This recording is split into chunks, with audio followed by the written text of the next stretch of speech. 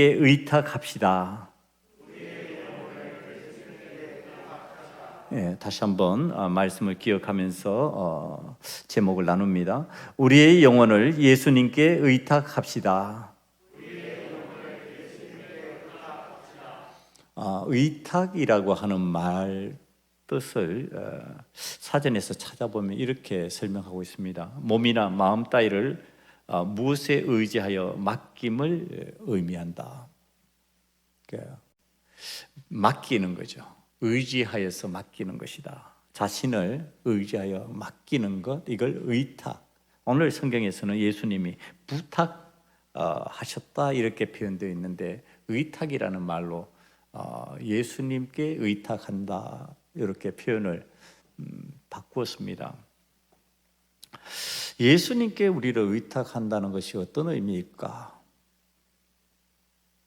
예수님이 지금 십자가 위에서 숨지시는 장면이 등장하는 이 말씀을 보면서 우리를 예수님께 의탁해야 된다 이렇게 말씀이 왔는데, 이게 무슨 의미일까 생각하다가 보게 된 내용입니다. 코로나19를 앓고 난 뒤에 암이 사라졌다. 여러분 신기하죠? 암을 치료하기 위해서는 굉장히 고생하잖아요. 근데 코로나19를 치료하는 것은 그렇게 긴 기간이 아니거든요. 빠르면 일주일에 회복되는 사람들도 있고, 늦어도 몇 달을 넘기지는 않습니다. 대부분. 그런데 암이 치료돼 버렸어요. 그렇다고 그러면은 코로나19 걸려보는 것도 괜찮겠네? 이렇게 생각할 수 있잖아요. 꼭 그렇다는 뜻은 아니고요. 이게 왜 이런 현상이 일어났을까요? 영국에서 코로나19에 걸렸던 사람, 이 사람이 혈액암이었어요. 혈액암이었는데 코로나19 후유증으로 폐렴 치료를 하기 위해 가지고 입원을 하고 치료를 받았는데 아무런 항암 치료도 안 받았어요. 그냥 코로나19 치료만 한 겁니다. 11일 동안 코로나19를 치료하고 난 뒤에 퇴원을 했죠. 이제 음성으로 확인이 되어서 이제 괜찮다 퇴원했어. 그 다음에 4개월 후에 이제 암 검사를 받으러 간 겁니다. 그런데 깜짝 놀랐어요. 암이 사라져 버린 거예요. 깨끗해진 거예요. 그래서 이것을 발표한 의료진이 얘기를 합니다. 항종양 면역 반응을 일으켰다. 지금 종양에 암에 있던 여기에 면역 반응이 일어났다는 겁니다. 그러니까 우리가 어떤 병에 감염이 되면은 우리 몸에 T세포라고 하는 것이 대량으로 이제 방출이 됩니다. 방출이 되면서 그것을 이겨내려고 그러는데, 이 T세포가 암세포 또한 적으로 인식해서 공격을 해가지고 없애버렸다는 거죠. 그런데 나는 코로나19에 걸려서 암에다가 코로나19가 걸려서니까 이게 영향 없이 죽게 생겼구나. 이게 이제 우리들 생각이잖아요. 너무 그렇잖아요. 암만 해도 죽겠는데, 암만 해도 감당이 안 되는데 거기에다가 코로나19라고 하는 폐를 손상시키는 강력한 질병이 내 삶에 찾아왔어요. 이건 영락 없이 죽는 거구나. 그런데 죽는 게 아니에요. 코로나19를 치료하면서 암이 없어져 버렸으니까 회복된 거죠.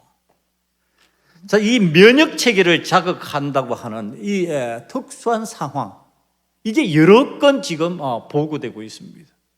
코로나19에서 암이 치료된 여러 사례들이 지금 발표되고 있습니다. 그럼 코로나19 걸리면 암이 다 치료되냐? 그 뜻은 아니고요. 그런 사례들이 있다, 그런 일들이 있다는 겁니다. 그럼 그런 일들이 일어난 사람들에게 무엇 때문에 그런 일들이 일어났을까? 항종양 면역 반응이라고 그런다. 그게 면역 체계에서 지금 그 사람에게 있어서, 그 사람의 면역 체계에 있어서 코로나19를 극복할 뿐만 아니라 암도 극복할 수 있는 면역 체계가 형성되었다, 이렇게 보는 겁니다.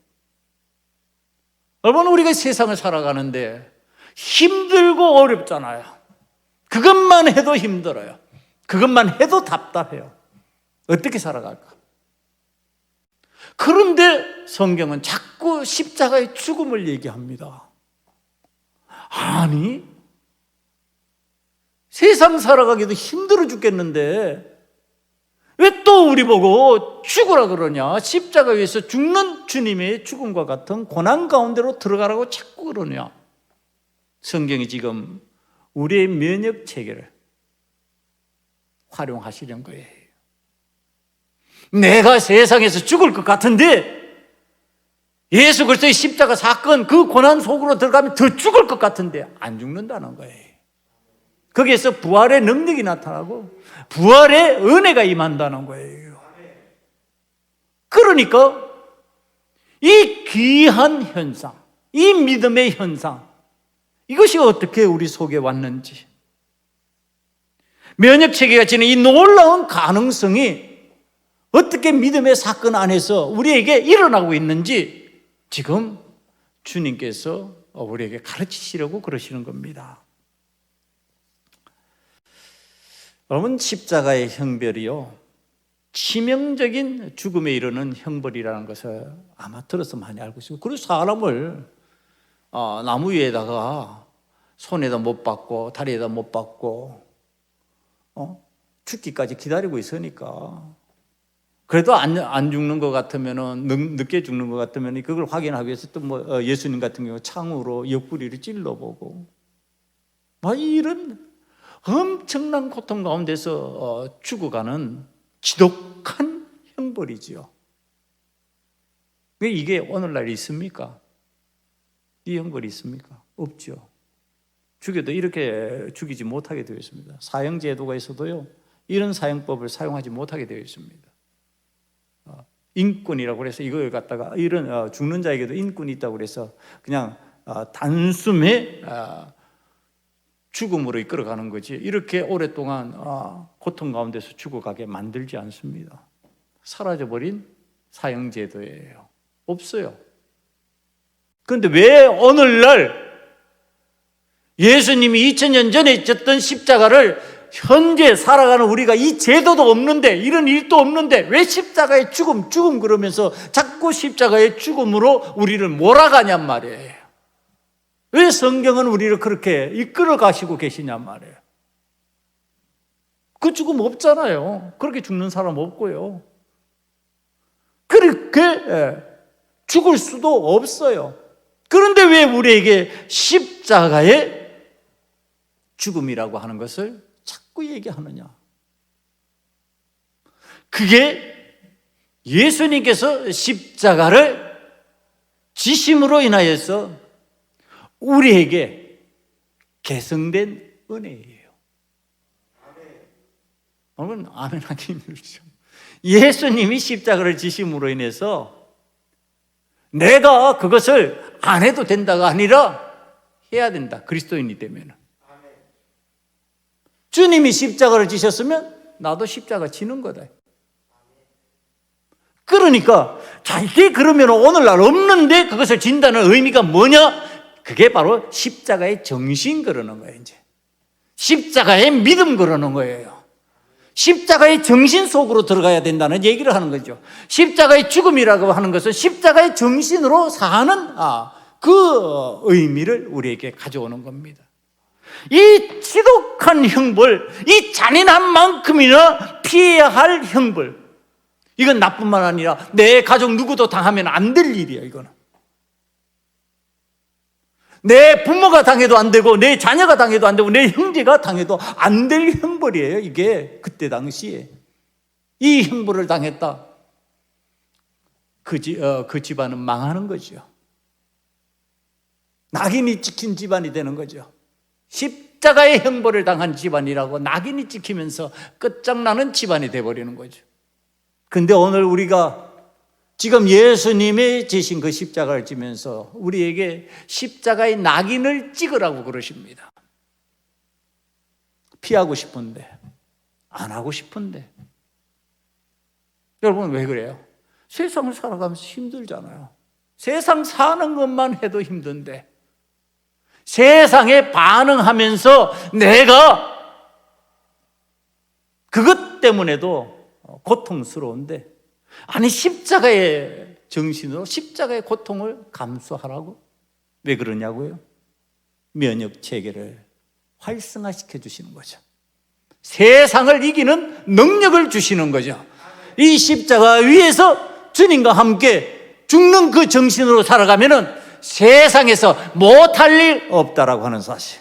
세상에서 어떤 고난 속에서도 절망하지 아니하고 도망가지 아니하고 당당하게 맞선다고 하는 사실.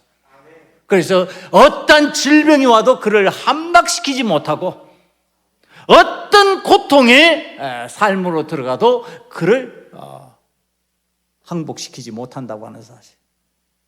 여러분, 이게 제가 요즘에 초대교회, 그러니까 예수님 십자가에서 돌아가시고 부활 성천하신 후부터 한 350년가량 되는 이 시대의 내용을 살피면서 확인하는 거예요. 십자가의 정신으로 산 사람이요, 죽음 앞에서 두려워하지 않아요. 그들이 감옥에 갇혀도 염려하지 않아요. 감옥에서 실제로 찬양을 해요. 기도해요. 굶주린 사자가 자기를 삼킬 것이라는 것을 알면서도 나 예수 안 믿겠다고 절대로 말하지 않아요.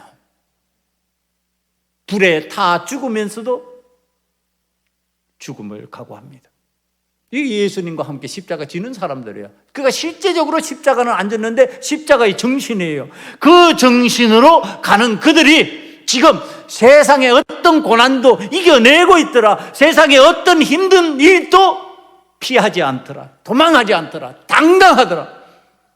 그리스도인들의 고난에 대한 당당함이에요.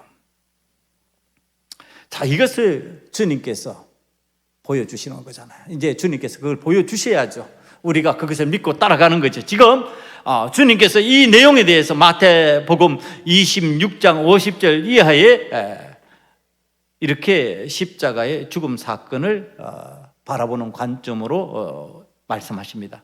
예수께서 이르시되 친구여 내가 무엇을 하려고 왔는지 행하라 하신대 이에 그들이 나와 예수께 손을 대어 잡는지라.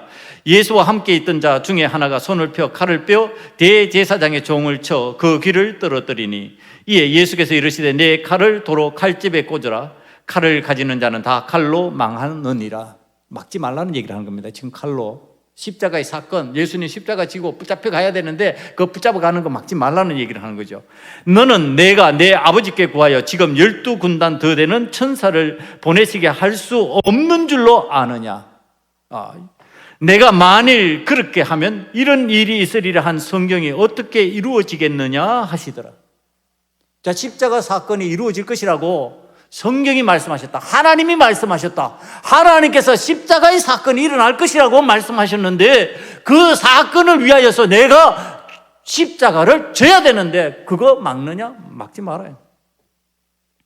치명적으로 이끄는 죽음의 형벌이라는 거 예수님께서 몰랐을까? 제가 이 말씀을 읽으면서 예수님의 죽음 부분이 나오는 거잖아요. 예수님 죽음이 나오는데 이 죽음의 3일 동안 예수님이 뭘 하실 수 있을까? 아무것도 못해요, 예수님. 여러분, 그게 정말 힘든 일이죠. 창조주 하나님이, 전능의 왕, 만유의 주 되신 하나님이 3일 동안, 죽음의 3일 동안 아무것도 못 하십니다. 성경 보세요. 예수님이 뭐 하신 게 있는지. 추측을 해요. 신학자들이 뭘 했을 것이다. 뭘 했을 것이다. 추측은 하지만 성경에는요, 아무것도 하지 않은 것처럼 드러나 있어요. 그냥 죽은 거예요. 자기 이 지독한 형벌 끝에 죽음이라고 하는 것이 이런 방식으로 지금 예수님 앞에 다가오는데 예수님 그거 모르셨냐? 아셨어요. 아셨는데 지금 예수님께서 막지 않으시는 거예요. 막는 사람을 갖다가 도리어 그거 왜 하냐? 그러지 마라. 나 잡아가게 놔둬라. 나 잡아가도 괜찮다. 지금 그렇게 말씀하시는 거예요. 왜 그랬을까? 이유를 찾았죠. 요한복음 16장 32절 이하를 보면요, 아버지 하나님께 예수님이 하신 말씀이에요. 보라, 너희가 다 각각 제 곳으로 흩어지고 나를 혼자 둘 때가 오나니 벌써 왔도다. 그러나 내가 혼자 있는 것이 아니라 아버지께서 나와 함께 계시느니라. 이것을 너희에게 이루는 것은 너희로 내 안에서 평안을 누리게 하려 함이라. 세상에서는 너희가 환난을 당하나 담대하라. 내가 세상을 이기었노라. 이거 이길 수 있는 일이다. 이거. 못 이기는 일 아니다. 왜? 아버지께서 나와 함께 하시지 않느냐. 내가 3일 동안 죽음 속으로 들어간다 할지라도 아버지 하나님께서 나와 함께 하시지 않느냐. 그러니까 내가 이길 것이다. 자, 이게 우리가 십자가 사건을 지면, 십자가 사건을 경험하면요, 십자가 속으로 들어가면 반드시 우리가 경험하게 되는 게 죽음이에요. 죽음과 같은 삶이에요. 내가 무엇인가 기능적으로 발휘할 수 없는 것과 같은 현상 속에 빠져버려요. 내 능력으로 전에는 할 수 있었는 것 같은데 안 되는 거예요. 그게 분명히 변화가 일어나는데 변화가 안 일어나는 거예요. 분명히 어떤 일들이 이루어져야 되는데 못 이루는 거예요. 그때 누가 함께 하신다고요? 하나님이 함께 하신다고요. 그때 내가 못하는데 누가 하신다고요? 아버지께서 하신다고요. 아버지께서 뭘 준비하셨을까? 그 죽음의 시간대에 예수님께서 아무것도 할 수 없고 멈추신 그 순간대에 그 무기력하고 무능력한 것 같은 죽음의 순간에 하나님께서 뭘 하고 계셨을까? 부활을 준비하고 계셨죠. 부활의 주님을 준비하고 계셨죠. 부활의 생명을 준비하고 계셨죠. 여러분, 우리가 하나님 앞에서 무능력할 것 같고 아무것도 할 수 없을 것 같은 그 순간에 우리 하나님께서 나에게 있어서 가장 필요하고 가장 기묘하고 그것으로 인하여서 새로운 힘이 솟는 부활을 준비하고 계신다고 하는 사실, 저와 여러분이 믿을 수 있기를 간절히 축원합니다. 여러분, 우리는 부활을 하는 주님의 은혜를 체험하는 거예요. 그래서 자꾸 십자가 얘기를 하는 겁니다. 십자가의 죽음 고통스러워요. 세상의 일만 해도 힘들다니까요. 그러니까 예수님 믿으면서 우리가 감당해야 될 그 부분들이 십자가의 고난으로 다가오는데, 그런데 어떠냐? 괜찮다. 그 고난을 감당하고 그 고난을 받아들이는 자가 도리어 세상의 그 고난들을 다 이겨낸다는 거예요. 치이지 않는다는 거예요. 세상의 고난에 치여서 십자가의 고난이 겹쳐지고 이게 겹쳐져가지고 그를 망하고 우리를 망하게 하는 것이 아니라 십자가의 고난이 세상의 고난을 다 삼켜버린다는 거예요. 그리고 부활의 능력으로 살아난다는 겁니다. 이게 예수님께서 아시는 거죠. 이걸 아셔요. 대화를 하다가 그런 얘기를 나눈 적이 있어요. 너무 어릴 때 여러분들 그런 생각을 안 하셨는지 모르겠어요. 어른들이 보면은 참 어른들은 짓궂게 장난칠 때가 있습니다. 그러니까 내가 뭔가 맛있는 것을 이렇게 내가 맛있다고 생각하는 것을 먹고 있잖아요. 근데 어른 쪽에서 보면은 지금 생각하면 그렇게 맛있는 게 아니에요. 그런데도 어떤 얘기를 하느냐 하면은, 야, 효섭아, 그거 나 좀 줘. 그래요. 그 어른이 내 것을 빼앗아 먹기 위해서 그거 나 좀 줘. 그러면은요, 안 주려고 도망치겠죠. 그런데 어릴 때 경험적으로 제가 느끼기에 이건 어른이 빼앗아 먹고 싶어서 그런 거 아니에요. 내 마음을 보려고 그런 거고. 그러고서 그 아이가 이렇게 주면은 그걸 어른이 즐거워하는 거죠. 야, 얘 봐라. 이렇게. 나에게 지가 좋아하는 걸 주네. 그래서 할아버지, 할머니들이 손주들한테서 느끼는 기쁨이잖아요. 그게. 나 좀 줘. 제가 어릴 때 그걸 알았어요. 그래서 어른이 달라 그러면 얼른 줘요. 대부분이 됐어, 너 먹어. 이렇게 얘기를 하죠. 어떤 분은 그래, 너 그랬으니까 그거 더 사 먹어. 그리고 돈 주시는 분도 계셨어요. 알면 해요, 안 해요? 네? 지금 나의 것을 지금 빼앗아 먹기 위해서 하는 말이 아니라 나에게서 어떤 나를 통한 어떤 기쁨을 누리기 위해서 그 이야기를 하시는 어른이 있으면 거기에 어떻게 반응하겠냔 말이에요. 안 해요? 그거 안 해요? 뻔히 나에게 더 유익이 되는 줄 알면서 그걸 안 해요? 돌아서서 도망가요? 안 하잖아요. 알면 해요. 나에게 더 좋은 것을 줄 수 있고 더 많은 것을 줄 수 있고, 이건 저분이 나를 통해 가지고 어떤 기쁨을 맛보려고 하는 것 안다면 하는 거예요. 그거 우리 주님이 아셨어요. 우리 주님 모르신 거 아니죠. 그 고난 속으로, 십자가의 고난 속으로 들어가면서, 그 고통 속으로 들어가면서 난 죽었으니까 이제 끝장나 버릴 거야, 나 망할 거야, 나 이제는 아무것도 아닌 게 되어버려, 나는 창조주도 아니고 나는 전능의 왕도 아니고 만유주도 아니야, 나는 이제는 아무것도 아닌 것처럼 나는 사람, 내가 만든 피조물에 의해서도 죽는 존재가 되어버리는 거야. 그렇게 하실 것 같으면 안 하셨겠죠. 12군단도 되는 천사를 동원해서 다 사람들을 멸하여 버리셨겠죠. 하나님을 아시잖아요. 나와 늘 함께 하시는 하나님, 나와 더불어 의논해 주셨던 하나님, 삼위일체 되신 성부 하나님, 성령 하나님 다 알고 있잖아요. 그걸 알고 있는 내가, 하나님의 속성을 알고 있고 하나님의 성품을 알고 있는 내가 하나님이 하라는 거 안 해요? 하죠. 어떤 결과가 나올 것 뻔히다 하는데 하죠. 그때 하나님께서는 나는 죽은 자같이 되고 나는 힘없는 자같이 되고 나는 무능한 능력 없는 자같이 된 그 순간에 부활의 생명으로 준비하고 계시더라고 하는 사실. 그러면서 하나님께서 하시는 거예요. 네가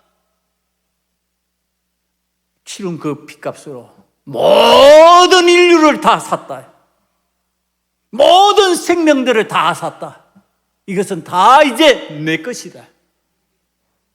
우리 주님께 준 바가 된 거예요. 우리가 주님의 핏값으로 사신 그 대가가 치러진 주님의 사람이 되어버린 거예요. 더 영광스러운 것을 준비하고 계신 거예요. 이제 그 놀라운 은혜의 역사를 이루시는 현장이 뭐냐 하면은 바로 십자가의 죽음이었어요. 그러면 이 십자가의 죽음에 반응하는 사람들이 오늘 성경에 등장합니다. 보니까 먼저 백부장으로부터 시작했어요. 47절에 보니까 백부장이 등장하고, 그 다음에 구경하러 모인 무리가 등장하고, 갈릴리로부터 따라온 여자들이 등장하고요, 그 다음에 공회 의원인 아리마대 요셉이 등장합니다. 여러분, 지금 이들이요 다 예수님의 죽음을 경험하고 있어요. 보고 있어요. 체험하고 있어요. 예수님이 죽으시는구나.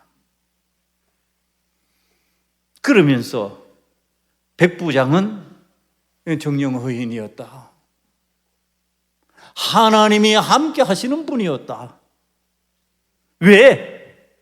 성소의 휘장이 찢어지고요, 그들이 놀랄 일들이 생겨버릴까, 어두움이 지배하는 3시간, 그때에 지금 그곳에서는 평상시에 생각하고 보지 못하던 일들이 일어나는 겁니다.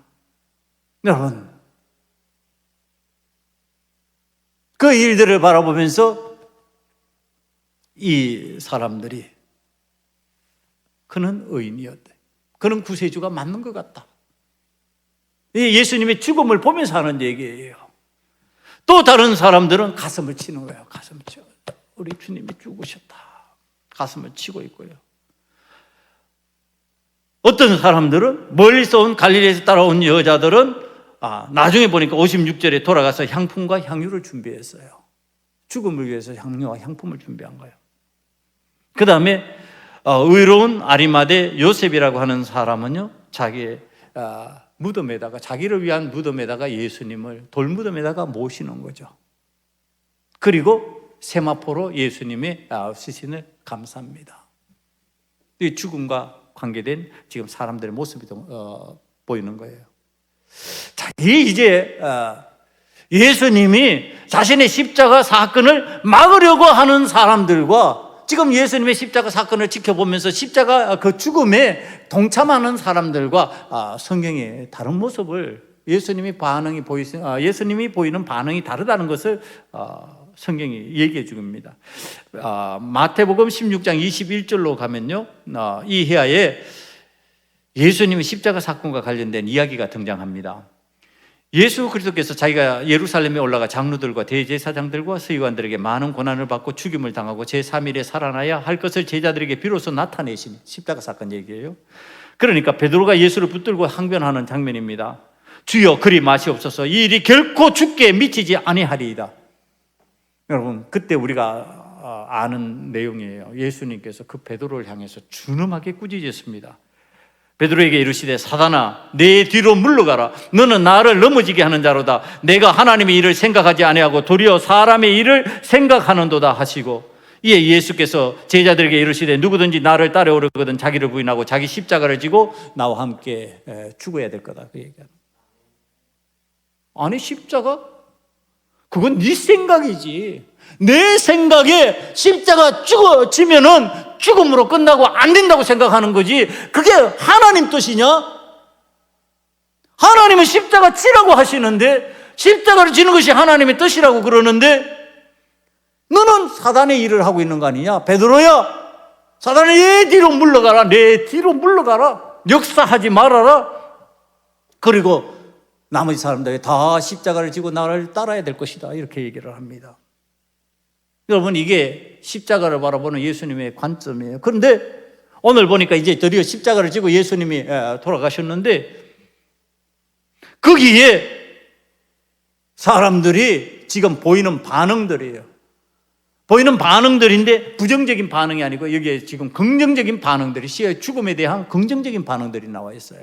가슴을 치고 의인이라고 그러고, 그 다음에 예수님의 시신을 거두어다가 자기의 사용하지 않은 무덤 속으로, 돌무덤 속으로도 넣고, 그 다음에 향품과 향유를 준비하고, 이 죽음에 대한 준비죠. 이게 뭘 의미할까? 제가 말씀을 준비하면서 생각하는 거예요. 이게 뭘 의미할까? 여러분, 이건 예수님의 죽음에 동참한다는 것을 의미하는 거예요. 예수님의 죽음에 내가 동의한다는 뜻이에요. 예수님 죽음 부인하는 거 아니야. 죽으면 안 됩니다, 베드로같이 그러는 게 아니라 예수님 죽으셨네요. 여러분, 우리들이 신앙생활을 하면서 지금 우리들이 예수님의 죽음에 동참하는 방식, 지금 성경이 가르쳐주고 계시는 겁니다. 능력이 있으면, 아리마대 같이 능력이 있으면은 자기의 돌무덤, 잘 만들어 놓았던 그 돌무덤에 예수님을 모시면서 죽음에 동의하는 거예요. 부자라면 그렇게 할 수 있어요. 내가 그거보다도 조금 연약하지만 나에게 있어서 소중한 것으로 주님의 죽음에 동참하고 싶으면 향품과 향유를 준비하는 거예요.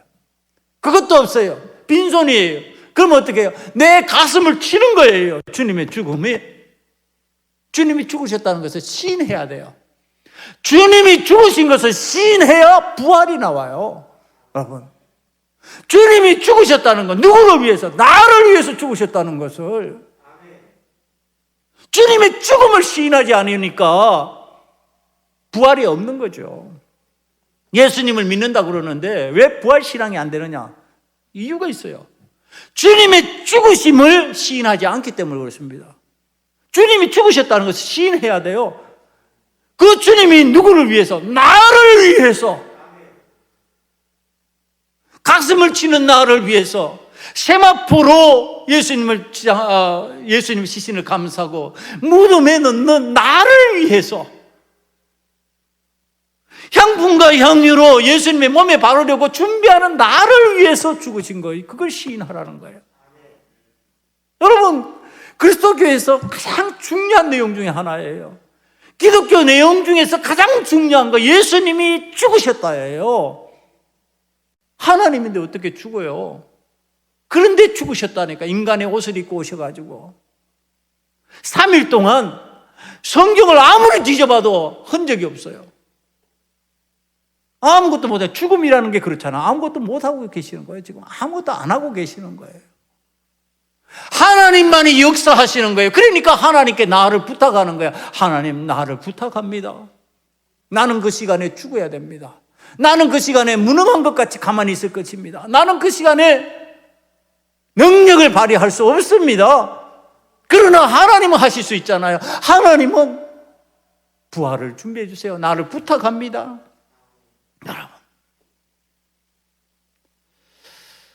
오늘 우리 예수님께서 자신을 하나님께 부탁했어요. 그런데 왜 오늘 제목은 예수님께 우리를 부탁해야 된다고 그렇게 제목이 바뀌어져 있을까요? 하나님께 부탁한다 이렇게 돼야 되는데, 예수님께서는 하나님께 부탁한다고 해야 돼요. 그런데 왜 우리는 예수님께 의탁하라고, 나의 십자가의 죽음을 의탁하라고 그렇게 알아야 된다고 성경이 말씀하고 계실까? 베드로전서 1장 18절 이하입니다. 너희가 알거니와 너희 조상이 물려준 헛된 행실에서 대속함을 받는 것은, 자 이제 속죄함을 받는 거예요. 은이나 금같이 없어질 것으로 된 것이 아니요 오직 흠없고 줌없는 어린 양 같은 그리스도의 보배로운 피로 된 것이니라. 우리가 예수 그리스도로 말미암아 속죄함을 입었어요. 그 피값으로 우리가 산자가 되는 거예요. 그러니까 그 피값을 지불하신 주님에게 우리는 모두 속한 사람이 되었어요. 그러니까 예수님께 의탁해야 되는 거예요. 예수님께 나를 부탁해야 되는 거예요. 예수님께 내 십자가의 죽음을 부탁해야 되는 거예요. 그 순간에 나는 아무것도 할 수 없어요. 나는 무능한 것 같아요. 나는 정지되어서 뭔가 할 수 없는 존재 같고 별 볼 일 없는 존재 같은데, 예수님께서 하세요. 예수님께서 뭘 준비하세요? 내 부활의 삶을 준비하세요. 이 부활의 삶이라고 하는 거, 이게 면역 체계를 가지고 있는 능력의 삶이에요. 이 부활의 능력을 예수님과 함께 십자가에서 죽은 사람이 이것을 체험하게 되는데, 이것을 체험하는 그 사람이 면역체계를 가지고 있어서 전에 고통스럽던 게 고통이 없어져 버린 거예요. 전에 힘들던 것이 안 힘들어요. 여러분, 전에는 그것이 나를 그렇게 찌르면서 내가 감당 못할 정도로 고민스럽게 만들던 그것을 멈춰버리게 만드는 거예요. 여러분, 이게 바로 십자가 위에서 주님과 함께 죽는다는 의미예요. 오늘 우리 주님께서 왜 십자가 위에서 죽으셨을까? 왜 창조주 하나님이 전능의 왕이 만유주가 되시는 분이 아무것도 할 수 없는 죽음의 3일을 경험하셔야만 하셨을까? 우리 때문에 그래요. 우리 때문에 죽으셨고, 우리를 죽으라고 말씀하시는 거예요. 그러면 누가 살린다? 주님께서 살리신다. 하나님께서 우리 주님을 부활의 주로 만드셨듯이 오늘 우리를 부활 생명으로 살아가는 그리스도인으로 만드십니다. 여러분, 그렇게 되면 세상에 대한 두려움 없어요. 세상을 살아가면서 그 힘든 것이 되지 않는 거예요. 그거 없으면 오늘 또 여전히 죽겠다 소리가 입에서, 세상적인 입에서 자꾸 나오는 거예요. 이래서 죽겠다, 저래서 죽겠다, 뭘 그렇게 죽을 일이 많은지 죽겠다가 나오는 거예요. 그런데 부활의 생명으로 살면은 살겠다, 이제는 예수님 위해서 살겠다, 예수님 때문에 살았다 소리가 나오는 겁니다. 사랑하는 성도 여러분, 오늘 저와 여러분은 예수님께 우리의 삶을 의탁할 수 있는 자, 우리의 영혼을 의탁할 수 있는 자로 살아나는 부활 생명 다 될 수 있기를 간절히 축원합니다. 기도하시겠습니다. 아버지 하나님, 이제 우리 입에서 죽겠다라는 소리가 나오는 것이 아니라 예수님 때문에 살았다고, 예수님과 함께 죽었더니 내 삶에 고통스러운 것들이 다 사라지고 이겨내는 능력이 생겼다고 고백할 수 있는 그리스도인들이 되게 만들어 주시옵소서. 그래야 해서 우리 교회에서 활력이 넘치는 그리스도인들이 넘치기를 원합니다. 우리 교회에서 생명력 넘치는 그리스도인들이 많이 나오기를 원합니다. 아버지 하나님 세상에 짓눌려서 어찌할 바를 모르는 것이 아니라 세상을 변화시켜 나가는 그리스도인으로 살아갈 수 있는 은혜가 임하게 만들어 주시옵소서. 예수님 이름으로 감사하며 기도드리옵나이다.